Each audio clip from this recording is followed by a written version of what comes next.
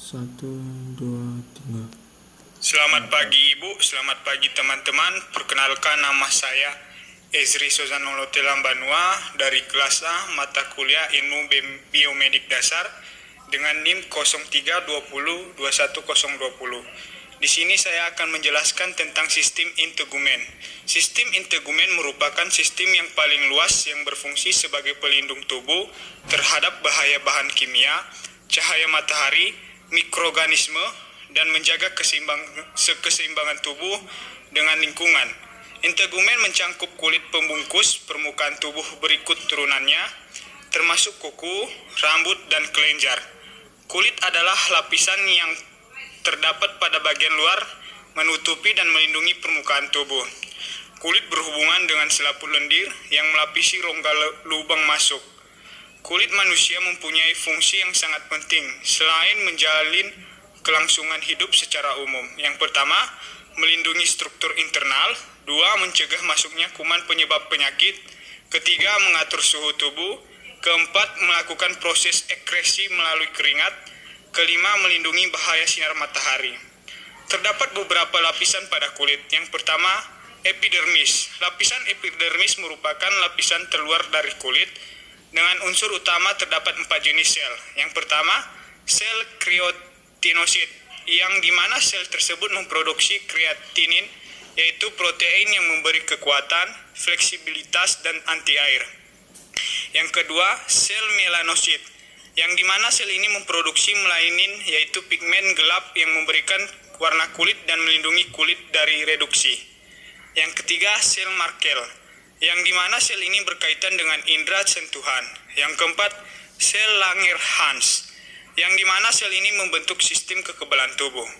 Selanjutnya, lapisan epidermis terdiri dari beberapa, yaitu pertama, Stratum corneum, yang dimana lapisan ini terdiri dari lapisan sel tanduk, dan kreatinin yang efektif untuk pencegahan penguapan air dari lapisan yang lebih dalam. Yang kedua, stratum lucidium, yang dimana lapisan ini merupakan lapisan pelindung yang mencegah kulit dari kerusakan sinar ultraviolet. Yang ketiga, stratum granulosum, merupakan lapisan tempat sel-sel kulit menghasilkan lemak dan molekul lainnya. Lapisan ini juga menghalangi masuknya benda asing, kuman, dan bahan kimia ke dalam tubuh. Yang keempat, stratum spinosum. Pada lapisan ini terdapat kreatinosit yang baru berbentuk dan fungsinya untuk memperkuat protein. Selain itu terdapat Langerhans yang mencegah infeksi bakteri atau virus pada kulit. Selanjutnya, stratum basale merupakan lapisan terdalam di epidermis atau di epidermis yang aktif membentuk sel kulit. Pada lapisan ini terdapat melanosit. Selanjutnya, lapisan dermis. Pada lapisan ini terdapat penyusun utamanya. Yang pertama, kolagen sebagai protein kuat, serat retikuler sebagai serat protein yang berfungsi sebagai penyongkong. Yang ketiga, sweet elastis sebagai protein yang berperan dalam elastisitas kulit. Selanjutnya, terdapat beberapa lapisan pada dermis. Yang pertama, lapisan papilar dermis merupakan lapisan jaringan okai longgar yang berperan dalam peremajaan dan pergandaan unsur-unsur kulit. Yang kedua, lapisan retikular dermis. Lapisan ini merupakan jaringan yang ikat yang dapat membuat kulit lebih kencang. Struktur dari dermis. Yang pertama, kelenjar sebasea. Terletak di bawah permukaan kulit, kelenjar ini berfungsi untuk mengeluarkan zat minyak yang disebut sebum.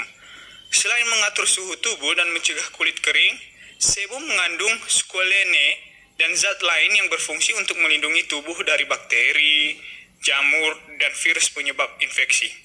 Yang kedua, folikel rambut adalah lubang atau pori kecil yang terdapat di kulit dan menjadi tempat tumbuhnya rambut. Sebagai tempat tumbuhnya rambut, folikel terletak di epidermis atau lapisan terluar kulit yang menjorok ke lapisan di bawahnya atau dermis. Kulit manusia memiliki folikel rambut dan jumlah yang sangat banyak. Yang ketiga, nerve, saraf penerimaan rangsangan sentuhan yang akan dikirimkan ke otak. Yang selanjutnya, ujung saraf yang peka tekanan. Yang selanjutnya, serabut saraf pembungkus dasar rambut terangsang jika rambut tersentuh. Selanjutnya, ujung bebas saraf dalam epidermis, peka terhadap rasa nyeri. Selanjutnya, reseptor dingin. Masuk ke sweat gland atau kelenjar keringat, terbagi atas dua tipe, yaitu kelenjar keringat ekrin, tersebar dulu seluruh tubuh kecuali klub penis. Lapisan dalam telinga luar, telapak tangan, telapak kaki, dan dahi. Yang selanjutnya, kelenjar keringat apokrin, merupakan kelenjar keringat yang besar yang dapat ditemukan pada ketiak, kulit puting, payudara, kulit di sekitar kelamin, dan dubur.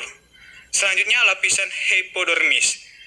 Hypodermis ini merupakan lapisan bawah kulit atau fascia superficialis yang terdiri dari jaringan pengikat longgar, dan bagian yang oranye kekuningan bini merupakan lobus lemak yang merata pada hypodermis sehingga membentuk bantalan lemak atau panniculus adiposus. Dalam lapisan hypodermis ini terdapat pembuluh vena dan arteri, saraf yang berjalan sejajar dengan permukaan kulit di bawah dermis. Seperti yang kita ketahui, kulit merupakan alat ekresi. Nah, alat ekresi ini akan mengeluarkan keringat. Baiklah, saya akan menjelaskan mengenai mekanismenya. Yang pertama, saat tubuh tinggi atau berada pada lingkungan yang panas, kulit akan menerima impuls dan mengakibatkan pembuluh darah melebar. Lalu pembuluh darah akan memberi respon hipotalamus bahwa suhu tubuh sedang panas. Langsung proses pengeluaran keringat diatur oleh hipotalamus yang terdapat pada otak. Hipotalamus dapat menghasilkan bradykinin yang akan bekerja mempengaruhi kegiatan kelenjar keringat seseorang. Rangsangan tersebut akan diteruskan oleh saraf simpatetik ke dalam kelenjar keringat, yang dimana kelenjar keringat ada dua jenis, yaitu kelenjar keringat ekrin adalah kelenjar yang mengeluarkan garam, asam urea, amonia yang dihasilkan dari proses metabolisme nitrogen dari dalam tubuh. Yang kedua, kelenjar apokrin yang akan menghasilkan atau mengeluarkan keringat yang mengandung protein yang berlemak. Keringat akan dikeluarkan melalui pori-pori di permukaan kulit dan kemudian akan menyerap panas tubuh yang akan membuat suhu tubuh menjadi tetap.